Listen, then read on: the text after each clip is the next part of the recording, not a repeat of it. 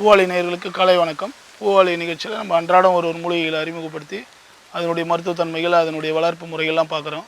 அப்படி பார்க்கும்போது சித்த மருத்துவத்தில் மக்கள் மீது நிறையா ஆர்வங்களும் நாட்டங்களும் வருது. மூலிகைகள்லாம் வளர்க்கணும், வீட்லேயே நம்ம செடிகள்லாம் வளர்த்து அதனுடைய பயன்பாடுகளை நம்ம தெரிஞ்சுக்கணும் நோக்கத்தில் எல்லாருக்கும் அந்த நிகழ்ச்சியை பார்க்குறாங்க.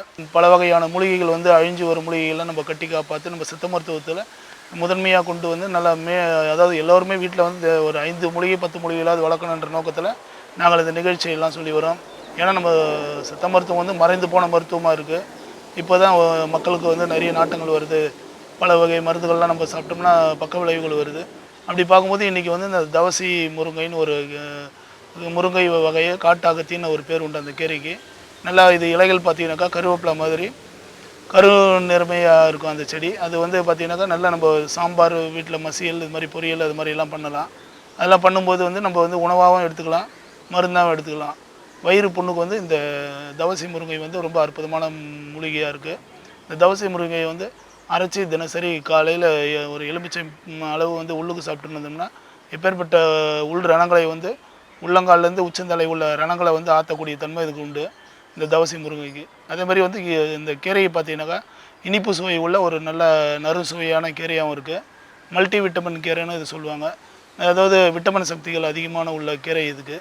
இதை நம்ம உணவாக எடுக்கும்போது நம்மளுக்கு தினசரி நம்ம சாம்பார், பொரியல் அது மாதிரி எடுத்து பயனடையலாம், சாப்பிட்டு பயனடையலாம். இப்போது அல்சரால் பாதிச்சிருக்காங்க நிறைய பேருக்கு. குடல் புண் நான் அங்கே சாப்பிட்டேன் இங்கே சாப்பிட்டேன் நல்லாகலை அப்படின்றவங்களாம் இந்த தவசி கீரையை பயன்படுத்தி பயனடையணுன்ற நோக்கத்தில் இந்த மூலிகையை இன்றைக்கி அறிமுகப்படுத்தியிருக்கோம். இது தினசரி காலையில் ஒரு எலுமிச்சம்பழம் இல்லை கோலி அளவு அரைச்சி மோரில் சாப்பிட்டு இருந்தோம்னா உள் ரணங்களை ஆற்றி அல்சர் குடல் புண்களை ஆற்றக்கூடிய தன்மை இந்த தவசி கீரைக்கு உண்டு. அப்படி பார்க்கும்போது இதெல்லாம் ஒரு ஈஸியாக நம்ம வீட்டில் வளர்க்கக்கூடிய ஒரு அற்புதமான தாவரம். இது சிறு செடி இனத்தை சேர்ந்தது. இது எப்படி நம்ம வீட்டில் வளர்த்து இதை பயனடையலாம் அப்படின்னு பார்க்கும்போது இது விதைகள் மூலியமாகவும் குச்சிகள் உடைச்சி வச்சாலும் நம்ம முருங்கை ஃபேமிலி தான் இது. அதே மாதிரி முருங்கை மாதிரி ஒரு சின்ன குச்சிகள் வச்சா அப்படியே துளிர் விட்டு தன்னால் வளரக்கூடிய தன்மைகள் உண்டு.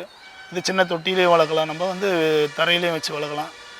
இது இப்போ பார்க்கும்போது இது அல்சரை தீக்குது, வெள்ளை வெட்டையும் தீக்குது, உஷ்ணம். அதாவது இந்த மாதிரி கோடை காலத்துங்களில் வரும் வெய்ய நாட்களில் அதிகமான உஷ்ணத்தால் பீடித்தவங்க இந்த கீரையை நல்லா அரைச்சி மோர் அல்லதுன்னா பசு நெய் இல்லைன்னா எருமை மோரில் குடித்தாங்கனாக்கா வெள்ளை வெட்டை அதிக உஷ்ணத்தால் வயிறு கடுப்பு, வயிறு இழுத்து பிடிக்கிறதெல்லாம் சரி பண்ணக்கூடிய தன்மை இந்த மூலிகைக்கு உண்டு. இதை மூலிகையாக பார்க்காம எல்லாருமே உணவாகவே நம்ம பயன்படுத்தலான்ற நோக்கத்திலேயே நம்ம பயன்படுத்தலாம், சொல்லவும் சொல்கிறோம். சாம்பார், பொரியல், கூட்டு இது மாதிரி சாப்பிடும்போது நம்மளுக்கு மருந்துக்கு மருந்தாகவும் ஆகுது, உணவுக்கு உணவாகவும் ஆகுது. நல்ல ஒரு சுவை உள்ள அற்புதமான மூலிகை கீரை இது. இந்த மூலிகையை இப்போ அறிமுகப்படுத்தி அதனுடைய மருத்துவத்தன்மைகள்லாம் பார்க்குறோம். இப்போ பெண்களுக்கு இது என்னுடைய ஸ்பெஷல் என்னென்னாக்கா வெள்ளை வெட்டை உள்ள பெண்கள் இதை இந்த மூலிகையை அரைச்சி தினசரி காலை மாலை ஒரு 5 நாட்கள் இல்லை 7 நாட்கள் பசு மோரில் சாப்பிட்டு இருந்தாங்கன்னா அவங்களுக்கு வெள்ளை வெட்டையும் தீர்க்கக்கூடிய தன்மை உண்டு. அந்த மாதவிடாய் கோளாறுகள் நேரங்களில் அந்த மாதவிடாய் வலிகள்லாம் இல்லாமல் இருக்கக்கூடிய தன்மை உண்டு. அந்த நேரமாக வலியை அவங்களுக்கு அதிக உதிரப்போக்கையும் தடுத்து நிறுத்தக்கூடிய தன்மை இந்த தவசி முருங்கைக்கு உண்டு.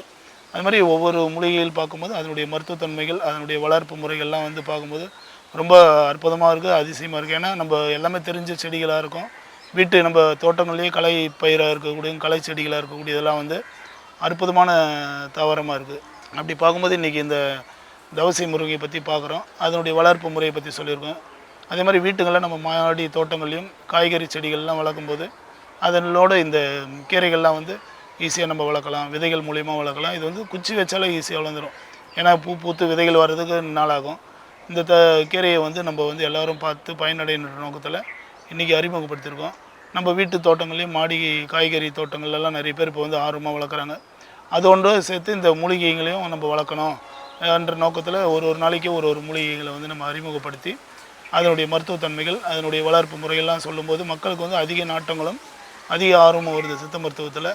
அதுவும் இனி வரும் நம்ம காலகட்டங்கள்லேயும் வர இளைய சமுதாயத்தினர்களுக்கும் இதெல்லாம் சேரணும், பயன்படணும் அப்படின்ட்டு சொல்லிட்டு வரும்போது இந்த ஒவ்வொரு மூலிகை பார்க்கும்போது அவங்களுக்கும் ஒரு நாட்டமாக ஆர்வம் வருது.